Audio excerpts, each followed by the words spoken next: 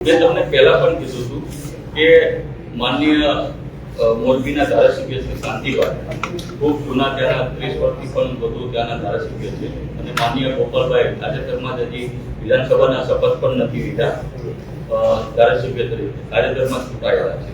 મેં તમને કીધું કે ભાઈ આ બેનો વિષય જે હતો કે બે રાજીનામા આપવાની વાત હતી, પણ મેં તમને કીધું કે શા માટે આ વિવાદ ઉભો કર્યો. ગાંધીભાઈએ શા માટે કીધું, ગોપાલભાઈ શા માટે આ ચેલેન્જ સ્વીકારે, કેમ અન્ય ધારાસભ્ય ચેલેન્જ ન કરી અન્ય ધારાસભ્ય સ્વીકારે કેમ નહીં? ઘણા ગુજરાતમાં તો 182 ધારાસભ્યશ્રીઓ છે, કેમ આ બે વચ્ચે આવો મામલો છે? એટલે ક્યાંક ને ક્યાંક મેં તમને કીધું એમ કે ભાઈ જ્યારે વારંવાર ગુજરાતમાં બ્રિજો તૂટે છે, કે પાલનપુરનો બ્રિજ હોય તો ભલે, મોરબીનો પુલ હોય તો ભલે, કે ગંભીરાનો વડોદરા વાળો પુલ હોય, જ્યારે આપણે વિપક્ષ તરીકે મુદ્દો ઉઠાવવાની વાત હોય કે ભાઈ ગુજરાતમાં અત્યારે સૌથી વધુ પૂરો તૂટી રહ્યા છે, લોકોના મૃત્યુ થઈ રહ્યા છે, આ મુદ્દો ઉઠાવવાની જવાબદારી કોની હોય છે? જે તે વિપક્ષના ધારાસભ્યની હોય છે. એ પછી આમ આદમી પાર્ટીનો હોય તો ભલે, કોંગ્રેસનો હોય તો ભલે. તો ખરેખર આ મુદ્દા ઉઠાવવાની જગ્યાએ આમ આદમી પાર્ટીના માન્ય ધારાસભ્ય ગોપાલભાઈ મુદ્દો મોરબીનો ઉઠાવ્યો, પણ મોરબીમાં આ સોસાયટીના અંદર ખાડા પડી ગયા છે અને પાણી ભરાઈ ગયું છે. આજે હું મારા બોટાદનો ધારાસભ્ય છું, હું પણ સ્વીકારું છું, મારી ઘણી બોટાદની એવી સોસાયટી છે એને પાણી ભરાઈ ગયા છે, ખાડા પડી ગયા છે. એ મુદ્દો નથી.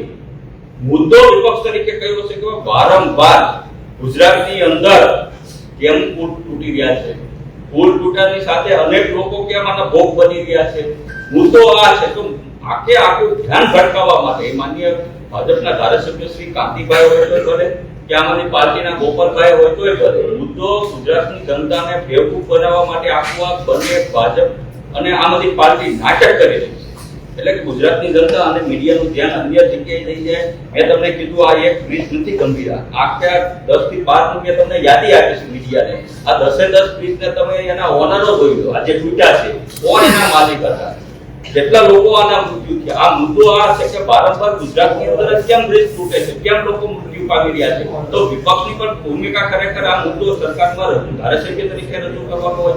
આજે હું ભલે આમ આદમી પાર્ટીમાંથી મને સસ્પેન્ડ કર્યો તો મને મારી ફરજ છે, વિપક્ષની ભૂમિકામાં મારે ખબર છે કે મારે મુદ્દો મારા બોટાદનો અત્યારે ખાડાનો પ્રશ્ન ન ઉપાડવાનો હોય, કે મારા બોટાદમાં ખાડા પડી ગયા છે, પાણી ભરાઈ ગયું. મને ખબર છે કે વિપક્ષ તરીકે મારી ભૂમિકા હું છે, મારે મુદ્દો એ ઉઠાવવાનો કે વારંવાર ગુજરાતમાં આવા પુલો તૂટી રહ્યા છે, વારંવાર લોકો આમાં પુલ નીચે દટાઈ રહ્યા છે. આ એક પ્રકારનું આખું જેને કહેવાય કે તંત્ર ખાડે ગયું છે. તો મુદ્દો આવા ઉઠાવવાનો છે.